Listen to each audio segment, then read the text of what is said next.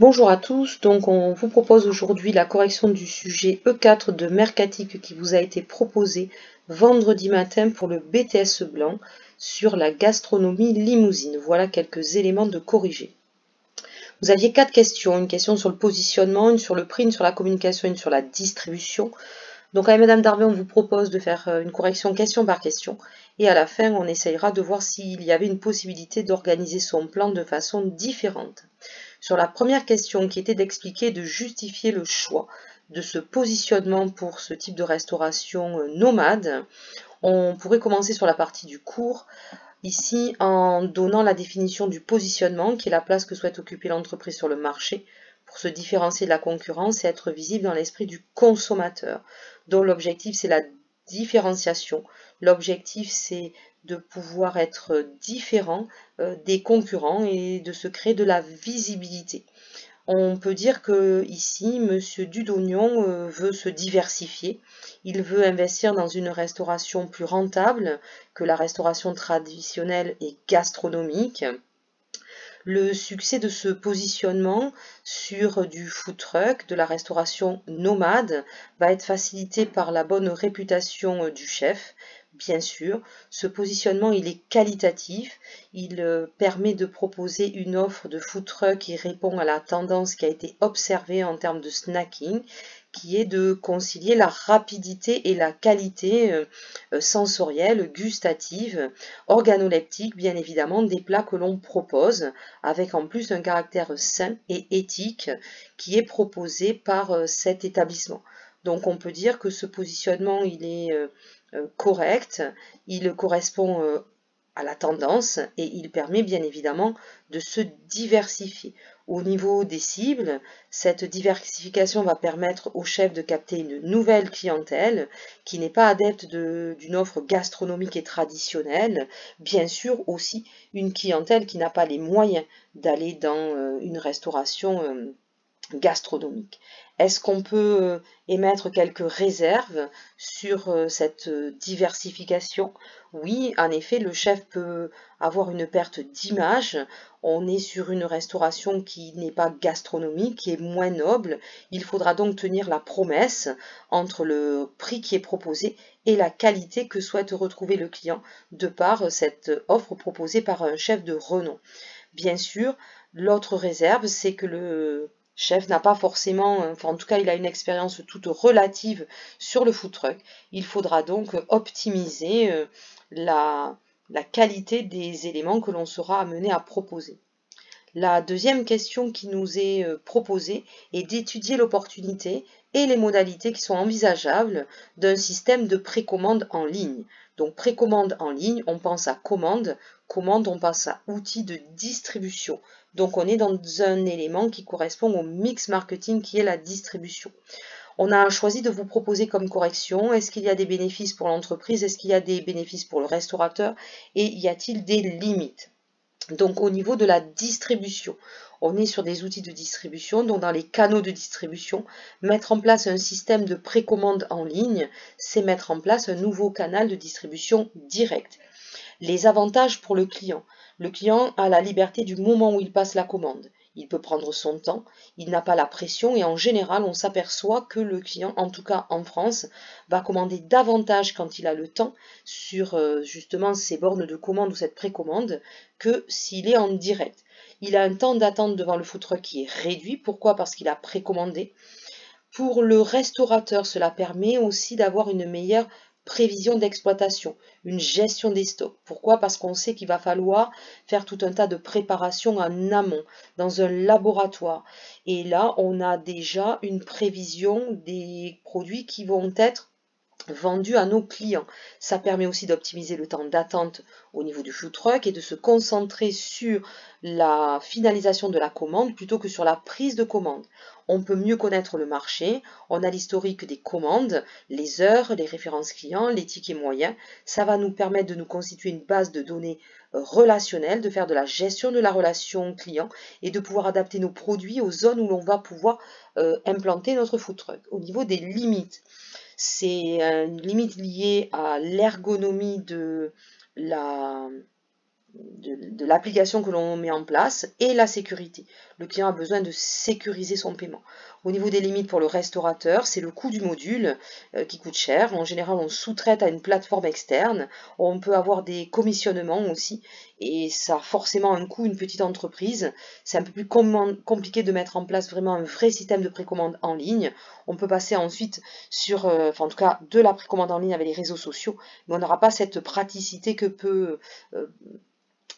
peut avoir quand on sous-traite sur une plateforme externe. Au niveau des modalités, ça va supposer qu'on ait des supports de communication, donc mettre en place un module spécifique de prise de commande, élaborer un masque de saisie que l'on va organiser autour de champs pertinents. Qu'est-ce qu'on veut retrouver? En général, les produits commandés, la date, l'heure, la zone. Attention, il faudra être attentif à l'ergonomie, la sécurité du paiement, bien évidemment.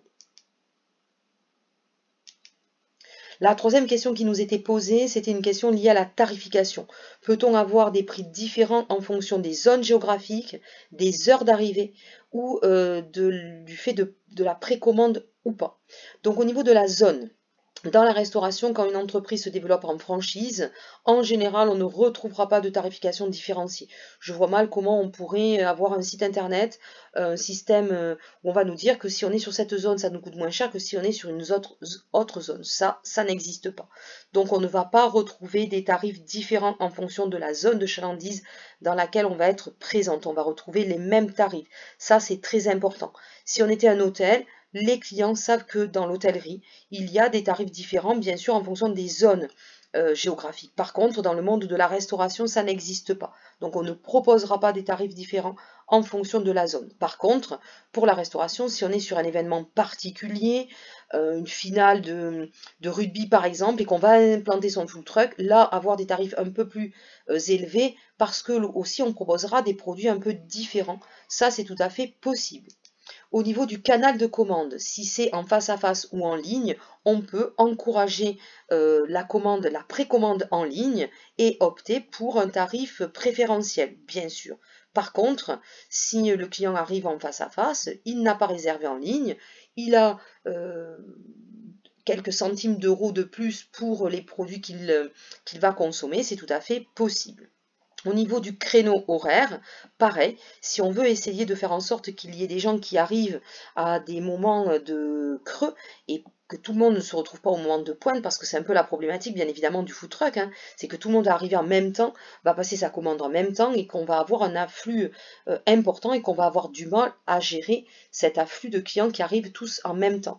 Donc bien sûr que là, on peut proposer aux gens, s'ils arrivent sur une période d'activité moindre, à partir de, par exemple, entre 11h et 11h30, on va avoir une offre avec un tarif préférentiel. C'est tout à fait possible, bien sûr. Attention, la contrainte, c'est que quand le client va réserver en ligne, il faudra contrôler qu'il vienne bien chercher sur des heures creuses. Ces heures creuses, de manière globale, on peut les appeler aussi les happy hours, hein, c'est-à-dire les moments de faible affluence où on va essayer de capter le client, le faire venir sur ces moments de faible affluence et bien évidemment pour l'inciter à venir sur ces faibles heures d'activité, on va lui proposer un tarif préférentiel. Enfin, la dernière question qui nous était proposée était de travailler sur les axes de communication à l'ouverture d'un food truck.